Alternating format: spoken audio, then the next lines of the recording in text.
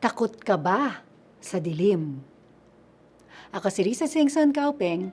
Magkapet, pandasal muna tayo.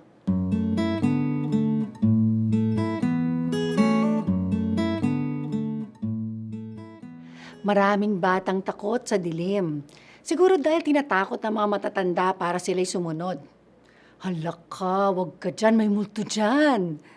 Tuloy, hanggang tumanda, takot pa rin sila sa dilim.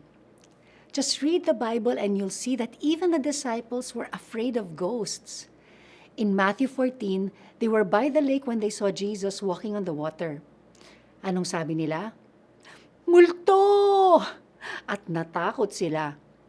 But when Jesus said, "Huwag kayong matakot, it's me," biglang naiba yung focus nila. Peter's faith soared as he kept his eyes on Jesus, kaya pati siya nakalakad sa tubig. I'm glad I grew up with parents and caregivers who didn't use ghosts or the fear of darkness to manipulate me.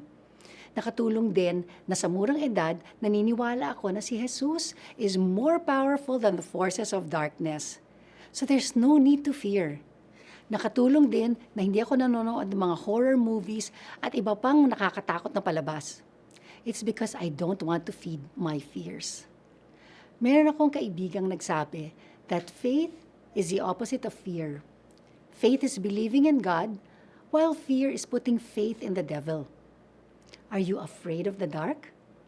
Psalm 23 says, "Though I walk in the valley of the shadow of death, I fear no evil, for the Lord is with me."